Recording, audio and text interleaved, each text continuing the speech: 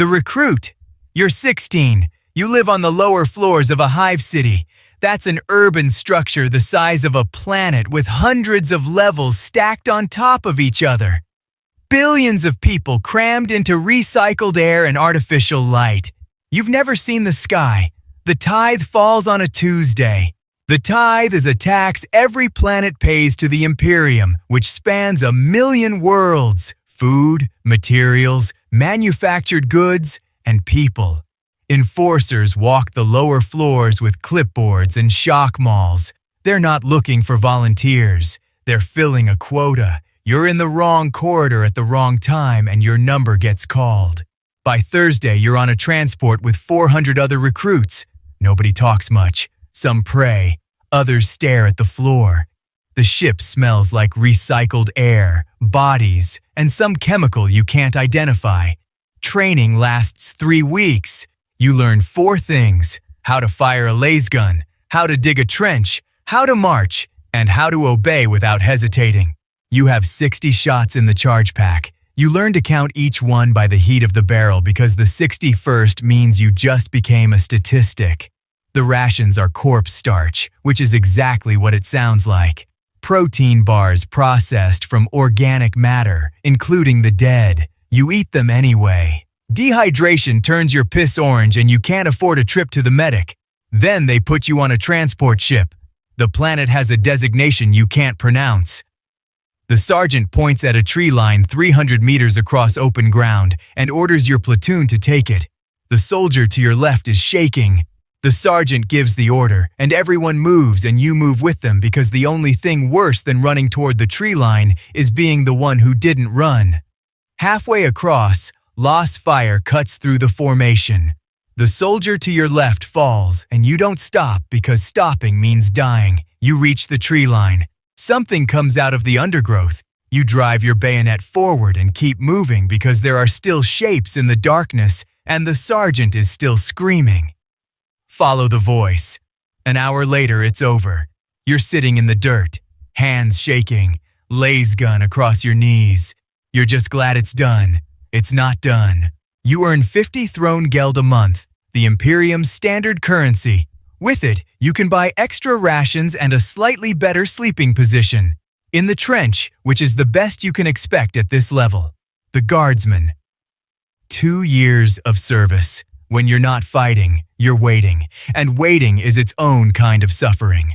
Soldiers gamble with thrones, smoke low-quality cigarettes that taste like burning plastic, and sleep in shifts because there's never enough space. Some recite prayers to the emperor. Others just stare. The veterans are easy to spot because they don't do any of that. They just wait quietly, which is the most unsettling thing of all. 2 years teaches you things. Corpse starch ration bars taste worse after 3 days in a flak jacket, but you eat them anyway. A lasgun charge pack lasts 60 shots and you count everyone by the heat of the barrel. You know which sergeant gets people killed through stubbornness and which one is just scared and covering it with shouting. None of this helps because orders are orders. Commissars enforce that. Political officers attached to every regiment authorized to execute cowardice on the spot. 6 weeks in, a soldier in your squad breaks cover during a barrage. He panics, stands up, takes 3 steps. The commissar puts a bolt pistol round through the back of his head before he makes it 4. You don't flinch because flinching is what commissars look for next. The sergeant. 5 years in, your sergeant takes a last burst through the chest and the lieutenant points at you before the body's cold. That's the whole promotion process. 12 soldiers. You learn everything about them fast. Who freezes, who covers for who, which ones go reckless when scared. 2 of them always deploy together, and one day that's going to get one of them killed. You can see it coming, and all you can do is put them in positions that delay it. The order comes to hold a manufactorum, a massive industrial complex against a chaos assault. Chaos is a corrupting force from an alternate dimension called the warp. The soldiers who serve it get twisted, bodies mutated, minds broken. Promethium is the Imperium's standard fuel, and it burns everywhere in a manufactorum, which means when the fighting starts, everything burns. You're given 3 floors and told relief is 12 hours out. The first wave hits within the hour. You pull the squad to the second floor and set heavy weapons on the stairwells. It holds until a Chaos soldier gets through a side entrance and your eastern position takes casualties before you can redirect. You hold the floor, but you lose 3 people doing it. The 2 soldiers who always deploy together were covering the eastern stairwell when the Chaos soldier got through. One of them takes the shot. The other carries him down 2 flights and through the loading bay and comes back alone 20 minutes later. He doesn't say anything. You don't ask him to. By the time relief arrives, the place smells like promethium and something worse. 3 stripes, 12 men. The section holds. The commissar. You don't have a rank in the traditional sense. You have authority. More authority than anyone of equivalent standing in the regiment. Because your authority comes directly from the commissariat, which answers to the officio prefectus, which answers to the God Emperor of mankind. You are a political officer, a doctrinal enforcer, a symbol. You wear a black greatcoat and a peaked cap and carry a bolt pistol that fires explosive rounds designed for targets significantly larger than a human being. You use it on human beings anyway. That's the point. The regiment you're attached to is the 47th Vostroyan Firstborn. Good soldiers, proud, superstitious in ways that would concern the ecclesiarchy if anyone reported it. You don't report it because it keeps them fighting, and fighting is what matters. Your job is morale, not building it, maintaining it. There is a difference. Building morale is speeches and medals. Maintaining morale is making sure that when a soldier looks at you, he sees 2 things: the certainty that the Emperor's will is being enforced and the absolute knowledge that running is not an option. This morning, a trooper in 3rd Platoon refused an order to advance. He didn't run, he just stopped, stood in the trench and said he couldn't do it anymore. 200 men watching. You walked to him slowly, not because you wanted to be theatrical, because every step was a decision, and you wanted to make sure it was the right one. You asked him his name. He told you. You asked him where he was from. He told you that too. A hive world in Segmentum Solar.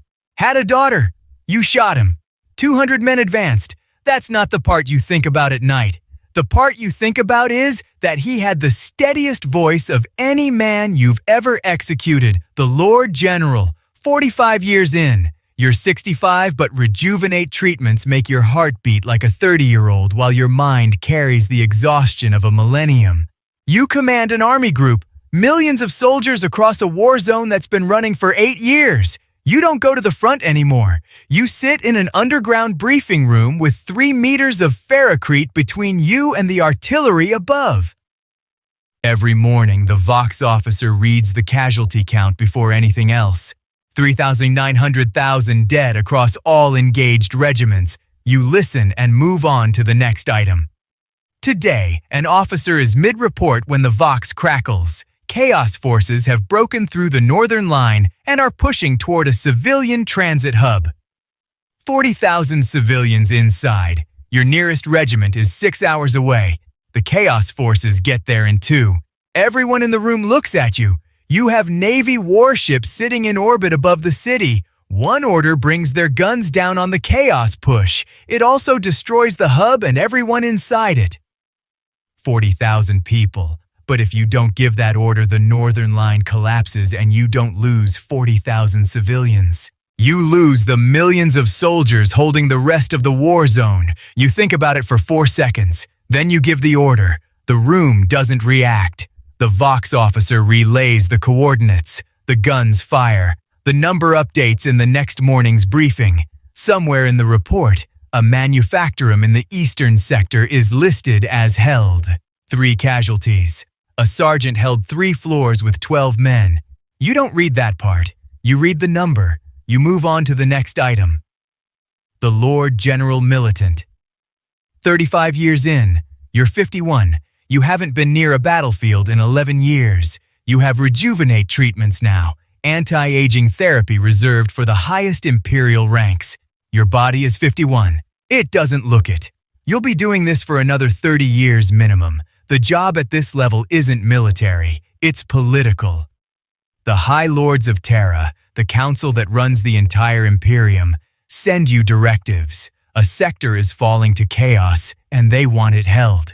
You have 3 army groups nearby, but 2 are already fighting other wars. Pull them and those wars are lost. Leave them and the sector falls. You pull them, file a report, and move on. Those other wars are now somebody else's problem. Planetary governors send delegations begging for guard regiments to protect their worlds. You have 200 worlds on the list and enough regiments for 20. You pick 20 and go home for dinner. The other 180 worlds figure it out themselves, or they don't. A Space Marine chapter master flies to your office to plan a joint operation. Space Marines are the Imperium's superhuman warriors, genetically enhanced soldiers who answer to almost nobody. He expects you to arrive and set the conditions. You tell him his plan exposes your flank and you need 48 hours before any movement. He doesn't wait because you ordered him. He agrees because your tactical logic is the only thing in the sector sharper than his blade. It's a negotiation between a god of war and a puppet master, and both know they need each other. The operation succeeds.